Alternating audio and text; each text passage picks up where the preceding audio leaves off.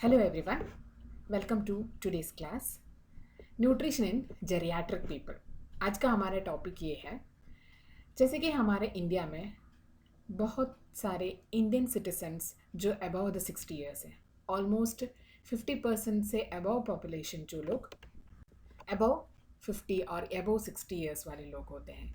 इसलिए ये major amount of population में ज़्यादातर उनका क्या वीकनेस होता है, क्या हेल्थ इश्यूज होता है, वो सभी के बारे में आज के क्लास में हम डिस्कस कर लेते हैं। Mainly problems about the old age people are either health, first होता है हेल्थ, वो इसके बारे में आज का स्लाइड्स में हम डिस्कस करेंगे। हेल्थ इश्यूज़ क्या क्या होते हैं और उसके साथ साथ सोशल चेंजेस क्या होता है। हमें पता है फैमिली, यानी कि फैमिली में ज़्यादातर न्यूक्लियर फैमिली की वजह से ज़्यादातर डिपेंडेंट होते हैं ओल्ड एज पीपल को, इसलिए ओल्ड एज होम्स वगैरह ज़्यादातर बन जाते हैं। और साइकोलॉजिकल डिपेंडेंसी, साइकोलॉजिकल इंडिपेंडेंसी, वो सभी सोशल फैक्टर्स में आ जाते हैं। उसके साथ साथ मोस्टली इकोनॉमिकल प्रॉब्लम्स, क्योंकि रिटायरमेंट एज होता है, इम्प्रॉपर मनी वगैरह प्रॉब्लम्स होता है, इसलिए सोशल इकोनॉमिकल हेल्थ इश्यूज़ में ज़्यादातर प्रॉब्लम्स हेल्थ में फैल जाता है। इसलिए ज़्यादातर लोगों को डिसीज़ जब होते हैं तो वो सोशल और इकोनॉमिकल पैरामीटर्स से हो जाते हैं। तो फिर हम आज डिस्कस करते हैं न्यूट्रिशन जेरियाट्रिक्स में about modern and about Ayurvedic points. ज़्यादातर जेरियाट्रिक वर्ड हम लेते हैं तो जरी या फिर जरोस मतलब ओल्ड एज बोलते हैं, याट्रिक्स मतलब उसका ट्रीटमेंट या फिर मेडिकल साइंस का ट्रीटमेंट जो बोलते हैं। जो फिर जेरियाट्रिक्स मतलब ओल्ड एज को रिवाइव करने के लिए क्या क्या दे सकते हैं या फिर ओल्ड एज को ज़्यादातर प्रिवेंट करने के लिए क्या क्या दे सकते हैं, वो सभी जेरियाट्रिक्स का मीनिंग में आ जाए या फिर उनका फॉर्मूला में ये सब आ जाते हैं। ये जो राइट साइड के नीचे का जो पिक्चर होता है ज़्यादातर च्यवन महर्षि के बारे में दिखा दिया है। हमें पता है च्यवनप्राश हमारा ओवर द काउंटर मेडिसिन ही बने, इतना फेमिलियर और इतना पॉपुलर है लोगों के बीच, ताकि जो भी एडवर्टाइजमेंट आता है वो सभी च्यवनप्राश के बारे में ही आते हैं। तो फिर ये च्यवनप्राश के स्टोरी में भी ज़्यादातर बूढ़ापन मिठा के अपनी युवता को मेंटेन करने के लिए ज़्यादातर च्यवन महर्षि को एक हर्बल फॉर्मुलेशन दिया था अश्विनी कुमारा ने, और उसके हिसाब से ही च्यवन महर्षि ने अपने यूथ यंग एज को रिवाइव किया था।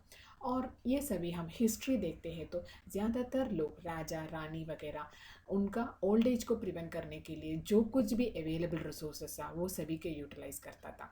ये राइट साइड का टॉप पेन पिक्चर ज़्यादातर क्लियोपैट्रा के बारे में है। Cleopatra most beautiful woman in the history में जब देखते हैं तो मोस्ट ब्यूटीफुल वुमन बोलते हैं। तो फिर उनका अपना ब्यूटी और फिर ओल्ड एज को मिटाने के लिए ज़्यादातर क्या क्या रेसिपीज या फिर कॉस्मेटिक प्रिपरेशंस वो करते थे, उनका ज़्यादातर इफेक्ट अभी भी होता है। क्योंकि क्लियोपैट्रा जब नहाते थे तो डोंकीज मिल्क में ही नहाते थे, और अभी जो कॉस्मेटिक प्रिपरेशंस आते हैं वो डोंकीज मिल्क बेस ही आते हैं। ऐसे over the history, over the century में मनुष्य हर बार सोचते ही रहते हैं क्या कर सकते हैं जेरियाट्रिक्स या फिर ओल्ड एज को मिटाने के लिए। तो फिर ये सभी है आज का टॉपिक का जस्ट इंट्रोडक्शन पॉइंट्स। तो हम देख लेते हैं एज क्या होता है, कौन सी एज के बाद जेरियाट्रिक्स। तो फिर ओल्ड एज जो होते हैं, एज ऑफ रिटायरमेंट या फिर एज ऑफ रिलैक्सेशन वगैरह 60 ईयर्स और एबव के लोगों को ज़्यादातर ओल्ड एज बोलते हैं। और फिर ये ओल्ड एज वालों को जो न्यूट्रिशन देते हैं उसमें जेरियाट्रिक न्यूट्रिशन आ जाते हैं। एजिंग से क्या होता है जी, फिजियोलॉजिकल चेंजेस बहुत आ जाते हैं, हमारे स्किन में, हमारे इमोशंस में, हमारे थॉट्स में बहुत सारे फिजियोलॉजिकल चेंजेस आ जाते हैं। उसके साथ साथ psychological changes, mental tension, stress या फिर loneliness, alone feeling, psychological changes बहुत आ जाते हैं। और फिर कभी कभी साइकोलॉजिकल चेंजेस, लोनलीनेस क्यों होते हैं कि अपना पार्टनर वगैरह चले गया, अपने पार्टनर आपके साथ नहीं है, तो बहुत सारे साइकोलॉजिकल स्ट्रेस, साइकोलॉजिकल ट्रॉमा वगैरह हो जाते हैं। और ओल्ड एज में अपने बच्चे आप खुद ही कुछ टेक केयर नहीं करते हैं तो वो भी साइकोलॉजिकल हो जाते हैं। या फिर इम्यूनोलॉजिकल, उसके साथ साथ इकोनॉमिकल चेंजेस वगैरह भी न्यूट्रिशन स्टेटस में इफेक्ट आए। एजिंग में ज़्यादातर फिजियोलॉजिकल चेंजेस होता है, हमारे बॉडी बहुत चेंज में आ जाते हैं। उसके साथ साथ सोशियो साइकोलॉजिकल चेंज, उसमें फिजियोलॉजिकल चेंजेस में ज़्यादातर क्या होता है कि अपना अच्छे से टूथ वगैरह चले जाते हैं, लॉस ऑफ टीथ हो जाते हैं। और उसके साथ साथ न्यूरोमस्कुलर कोऑर्डिनेशन, हम करना चाहते हैं पर नहीं कर पाते हैं। और उसके साथ साथ इम्पेयर्ड हियरिंग या फिर फेलिंग विजन वगैरह इसके फिजियोलॉजिकल चेंजेस आते हैं। और उसके साथ साथ सेंस ऑफ टेस्ट और फिर सेंस ऑफ स्मेल वगैरह जो चले जाते हैं। बहुत सारे खाना होते हैं पर हमें खाने के लिए इच्छा ही नहीं होते हैं या फिर उतनी स्मेल नहीं होते हैं, वो सभी फिजियोलॉजिकल चेंजेस में आते हैं, एनोरेक्सिया चेंजेस। उसके साथ साथ बॉडी कॉम्पोजिशन वगैरह चले जाते हैं, बहुत पतला हो जाते हैं कभी कभी, या फिर स्किन टेक्सचर वगैरह चेंज होता है, गैस्ट्रो इंटेस्टाइनल ट्रैक्ट बहुत गैस प्रोडक्शन वगैरह हो जाते हैं, कार्डियोवास्कुलर चेंजेस में भी होते हैं। और फिर रेस्पिरेटरी फंक्शंस बहुत थकावट हो जाते हैं, अगर थोड़ा भी काम किया तो बहुत सारे रेस्पिरेटरी कंप्लेंट्स आ जाते हैं। रीनल फंक्शंस में बहुत सारे किडनी रिलेटेड रीनल फेलियर हो जाते हैं, स्केलेटल टिश्यू में भी हो जाते हैं। फूड हैबिट्स ज़्यादातर सोशो साइकोलॉजिकल चेंजेस में हो जाते हैं, हमारे फूड हैबिट्स के ऊपर ही ज़्यादातर हमारे चेंजेस डिपेंडेंट होता है। उसके साथ साथ इकोनॉमिक एस्पेक्ट्स, क्योंकि रिटायरमेंट एज होता है, हमारा जो भी सेविंग्स वगैरह होता है वो सब हम बच्चे को दे दिया होता है, इकोनॉमिकली हम थोड़ा वीकर हो जाते हैं, हम डिपेंडेंट बन जाते हैं, और उसके साथ साथ लोनलीनेस। इसके साथ साथ न्यूट्रिशन नॉलेज का लैक ऑफ नॉलेज की वजह से क्या होता है कि जो खाना हम सदियों से खाते रहते हैं वही खाते हैं, और फिर न्यूट्रिशन डिप्राइवेशन हो जाते हैं। उसके साथ साथ डिप्रेशन और एंजाइटी वो फूड की वजह से। लॉस ऑफ सेल्फ एस्टीम, हमारा जितना कॉन्फिडेंस और सेल्फ एस्टीम था वो सब चले जाते हैं। इंडिपेंडेंस का लॉस। उसके साथ साथ न्यूट्रिशनल एक रिक्वायरमेंट में क्या क्या हम सोचना है उसके बारे में है। एल्डरली पीपल में क्या क्या न्यूट्रिशन रिक्वायरमेंट चाहिए। एनर्जी रिक्वायरमेंट, जो भी एनर्जी हमें जितना चाहिए उनका कम हो जाए, जो 30 और 40s में हम खाते थे उतना एनर्जी रिक्वायरमेंट हमें नहीं होता है, और बेसल मेटाबॉलिक रेट भी डिक्रीजेस होता है, बीएमआर भी रिड्यूस हो जाते हैं, रिड्यूस्ड मसल मास हो जाते हैं, मेटाबॉलिकली एक्टिव टिश्यूज मास भी कम हो जाते हैं, फिजिकल एक्टिविटी ज़्यादातर कम हो जाते हैं। उसके साथ साथ फैटी टिश्यू का इंक्रीज भी हो जाते हैं। अगर मेल और फीमेल में सेडेंट्री और मॉडरेट में कितना कैलोरी चाहिए वो दिखाया है। 1883 किलो कैलोरी सेडेंट्री लाइफस्टाइल में, फीमेल में होते हैं तो 1706 कैलोरीज, मॉडरेट में 2216 किलो कैलोरी, और फीमेल में 2007 किलो कैलोरी चाहिए। कार्बोहाइड्रेट्स का रिक्वायरमेंट जितना कम कर सकते हैं उतना कम करना ही चाहिए, क्योंकि डायबिटीज़ वगैरह का एज हो जाते हैं, और इम्पेयर्ड ग्लूकोज इंटॉलरेंस वगैरह से hypoglycaemia, hyperglycaemia, type 2 diabetes mellitus वगैरह आ सकते हैं। इंसुलिन सेंसिटिविटी वगैरह बैलेंस एनर्जी इनटेक से हो जाते हैं, वेट मैनेजमेंट से, रेगुलर फिजिकल एक्टिविटी से।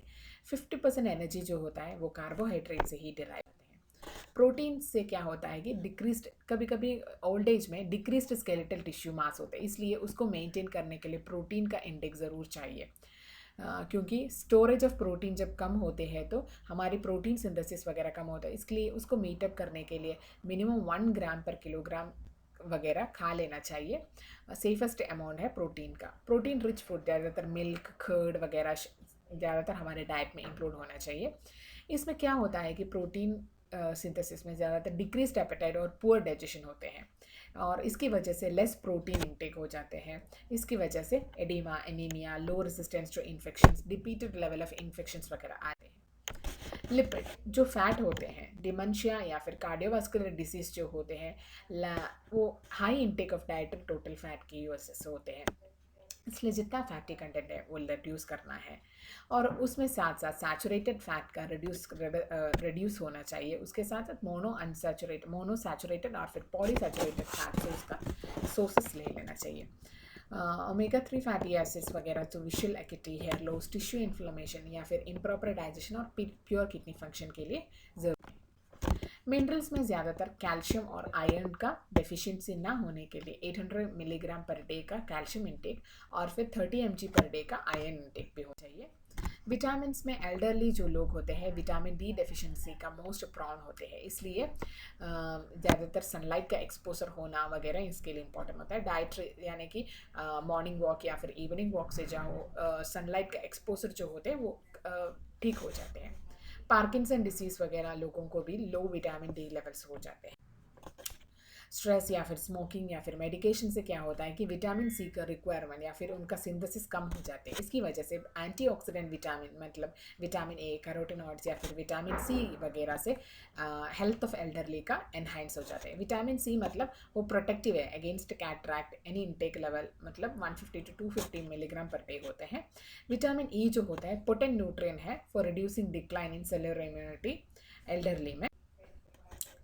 इम्यून सिस्टम की चेंज से क्या होता है कि 200 मिलीग्राम ऑफ विटामिन ई का ज़्यादातर ले लेना चाहिए। विटामिन B6 भी इम्पॉर्टेंट है, क्योंकि विटामिन B6 की कमी से एट्रोफिक गैस्ट्राइटिस या फिर एब्सॉर्प्शन लेवल्स वगैरह कम हो जाते हैं। अल्कोहलिक एंड लिवर डिसफंक्शन वगैरह एडिशनल रिस्क फैक्टर है विटामिन B6 का डेफिशिएंसी से। क्योंकि विटामिन B6 का ज़्यादातर इम्पॉर्टेंट रोल है इम्यून। विटामिन जो होता है ज़्यादातर अल्कोहलिज्म की वजह से भी फोलेट डेफिशिएंसी वगैरह आ जाता है, इसलिए अल्कोहल या फिर स्मोकिंग वगैरह का रिड्यूस्ड कंजप्शन होना चाहिए। फोलेट रिच फूड भी, उसके साथ साथ जितना भी विटामिन B12 वगैरह लेना चाहिए, क्योंकि विटामिन B12 की डेफिशिएंसी ही ज़्यादातर बैक्टीरियल ओवरग्रोथ या फिर इम्यूनिटी रिलेटेड प्रॉब्लम्स आ जाते हैं। Nutrition related problems among elderly में क्या होता है कि ओबिसिटी बहुत आ जाता है सेडेंटरी लाइफस्टाइल की वजह से। उसमें ज़्यादातर अंडर न्यूट्रिशन भी हो जाते हैं, माल न्यूट्रिशन भी जो हो जाते हैं। कैल्शियम डिप्लीशन हो जाते हैं, उसकी वजह से ऑस्टियोपोरोसिस या फिर नी कंप्लेंट्स वगैरह आ जाते हैं, कार्डियोवास्कुलर डिसीजेस, डायबिटीज़, कैंसर वगैरह भी। अभी हम देख लेते हैं आयुर्वेदिक एस्पेक्ट्स में इसके बारे में क्या बोला है। आयुर्वेदिक एस्पेक्ट्स में क्या है कि हमारे जो रसायन चिकित्सा है बहुत ही इम्पॉर्टेंटली दिया है। रसायन चिकित्सा स्पेसिफिकली आयुर्वेद के लिए ही बोला है। तो फिर यह रसायन चिकित्सा से ज़्यादातर च्यवनप्राश जो लिया है इतना ही इफेक्ट हो जाते हैं। इसमें रसायन दो तरह के डिवाइड किया है, एक होता है वातातिपिक रसायन और फिर कुटी प्रवेशिक रसायन।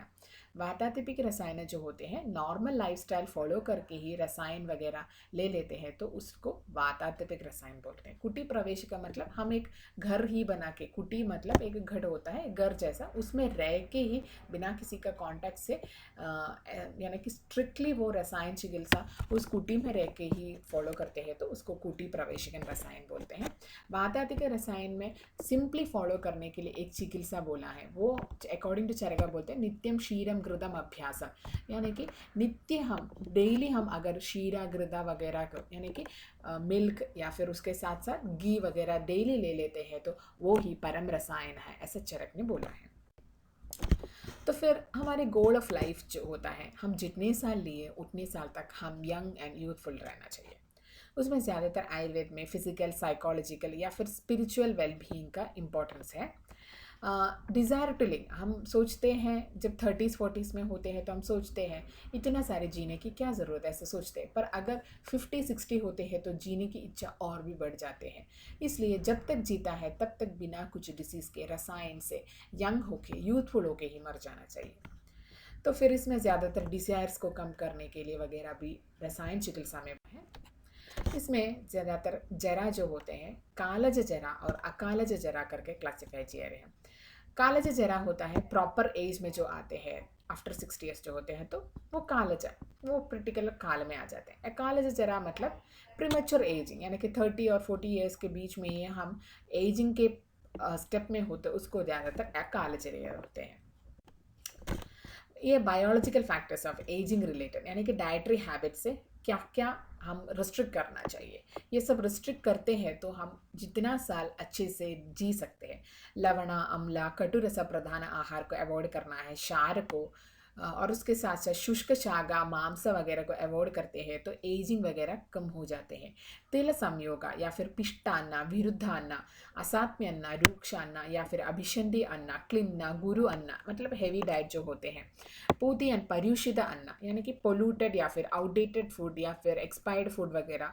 विषमाशना यानी कि इम्प्रॉपर ईटिंग हैबिट्स, यानी कि बिना कुछ टाइम वगैरह फॉलो करके जब भी होते हैं तो खाते ही रहते हैं, तो वो सब विषमाशन आते हैं। एडिक्शन भी ओवर ईटिंग, यानी कि बिना क्वांटिटी के हिसाब से अबाउ द क्वांटिटी लिमिट जो आते हैं, यानी कि हमारे जो स्टमक होता है तीनों पार्ट्स में डिवाइड होता है, यानी कि सॉलिड पार्ट, लिक्विड पार्ट और फिर एम्प्टी पार्ट। वो बिना एम्प्टी ना करके ओवर ईटिंग से वो भी पार्ट को फिल करते हैं तो उसको अध्यशन बोलते हैं।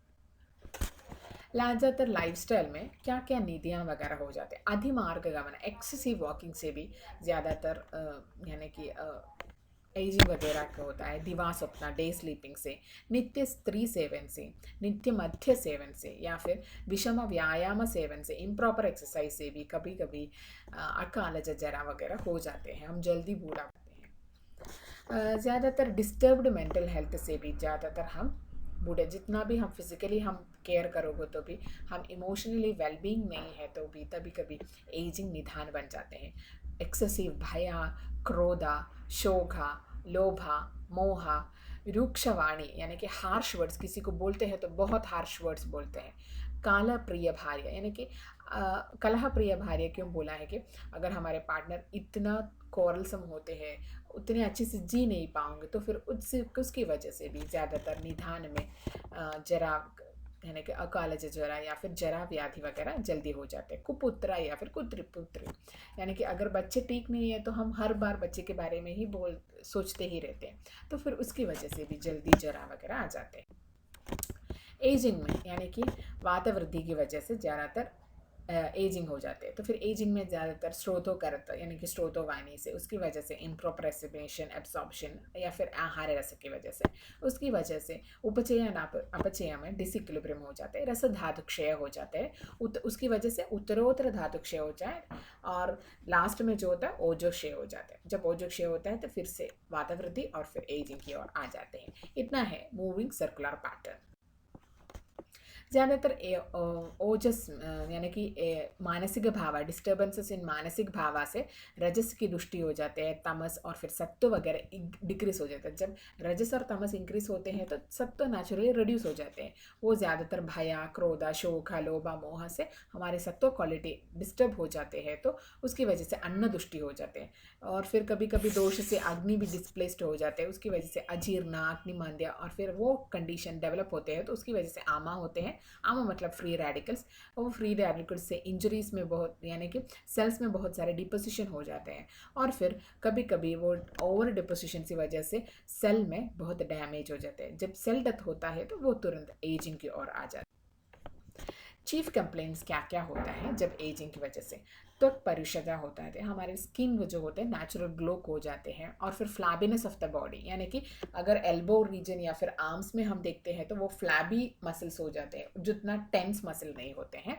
डिक्रीज मसल टोन होता है, बोन वीकनेस होता है, और फिर फ्लासिड जॉइंट्स हो जाते हैं, लॉस ऑफ टिश्यूज यानी कि धातु क्षय, काय से अवनमानम यानी कि बेंडिंग ऑफ द बॉडी, ज़्यादातर काइफोसिस, कोलियोसिस वगैरह आ जाते हैं। वेपतो ट्रमर्स रिलेटेड, पार्किंसंस रिलेटेड, हमारे बॉडी माइंड कोऑर्डिनेशन वगैरह नहीं होते हैं।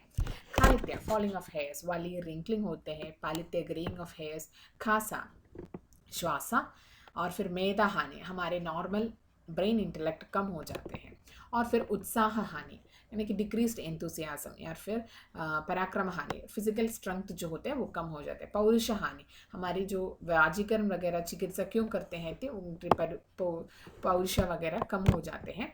प्रभा हानि यानी कि कॉम्प्लेक्शन वगैरह कम हो जाता है। शुक्र क्षय आ जाते हैं। दृष्टि ह्रासा यानी कि विशन वगैरह कम हो जाते हैं। कर्मेंद्रिय हानि यानी कि लोकोमोटरी एक्टिविटीज़ वगैरह कम हो जाते हैं। बुद्धि हानि यानी कि डिटरेशन हो जाते हैं। ये कॉजेज ऑफ एजिंग ज़्यादातर इम्प्रॉपर डाइट से, इम्प्रॉपर लाइफस्टाइल से, या फिर स्ट्रेस या फिर कुछ एक्सोजीनस आउटवर्ड फैक्टर्स से हो जाते हैं। इम्प्रॉपर डाइट पहले हम डिस्कस किया है, क्या क्या फूड्स होते हैं। ज़्यादातर एसिडिक फूड्स या फिर फूड एडिटिव्स, जो भी फूड एडिटिव्स वगैरह, स्मोक्ड फूड्स या फिर processed foods, expiry date complete हुआ वो सभी फूड से ज़्यादातर एजिंग वगैरह हो जाते हैं। या फिर फूड प्रिपरेशन वगैरह ऑयली, ज़्यादातर ऑयली फूड प्रिपरेशन है तो वो भी इम्प्रॉपर डाइट में आ जाते हैं। इम्प्रॉपर लाइफस्टाइल में स्मोकिंग, अल्कोहल या फिर irregular sleeping pattern, physical inactivity या फिर इम्प्रॉपर एक्सरसाइज भी इम्प्रॉपर लाइफस्टाइल में होता है। और फिर increased stress is a causative factor of ageing. Exogenous factor मतलब हमारे हाथ में जो नहीं है वो वैसे वाले फैक्टर्स को एक्सोजीनस एजेंट्स बोलते हैं। इसमें ज़्यादातर एनवायरमेंटल पोल्यूशन वगैरह यानी कि हमारे मेट्रोपॉलिटन एरिया में अगर लोग जीते हैं तो ज़्यादातर पोल्यूशन, फ्री रेडिकल्स वगैरह से ज़्यादातर एनवायरमेंटल पोल्यूशन होते हैं। उसके साथ साथ पेस्टिसाइड रिलेटेड फूड्स वगैरह, सन एक्सपोजर या फिर एक्स से होते हैं। ये सब रसायन की बारे में बताया है। रसा और आयना, रसा प्लस आयना मतलब रसायना बन जाते हैं, क्योंकि ये रस के हम पहले कंट्रोल में रखते हैं तो बाकी धातुस वगैरह भी हम कंट्रोल में रख सकते हैं। तो फिर रसस्य आयनम रसायनम बोलते थे। लाभोपायो शस्तानम रसाधीनाम रसायनम भी चरक चिकित्सा अध्याय में बोला गया है। यानी कि जो भी चिकित्सा हम देते हैं तो रस अच्छे से बन जाते हैं तो उसको रसायन बोलते हैं। यानी कि जो भी चिकित्सा से रस, रक्तादि धातु ऑप्टिमम क्वालिटी और क्वांटिटी में आ जाते हैं तो फिर उसको रसायन बोलते हैं। शॉर्टली रसायन जो होते हैं हमें लॉन्ग लाइफ लेते हैं, डिलेस एजिंग एंड डेथ, और फिर हमारी बुद्धि, वर्णा, इंटेलेक्ट वगैरह को बढ़ा देते हैं, बॉडी टिश्यूज़ को प्रोमिनेंस में रखते हैं, इम्यूनिटी को बढ़ा जाते हैं, व्याधियों को रिमूव कर देते हैं और फिर फाइनली मोक्षा की ओर आ जाते हैं। इतना सभी रसायन की इम्पोर्टेंस हो जाते हैं। इतना समय हमारे वैदिक पॉइंट्स और फिर modern aspects of nutrition and geriatrics. Thank you.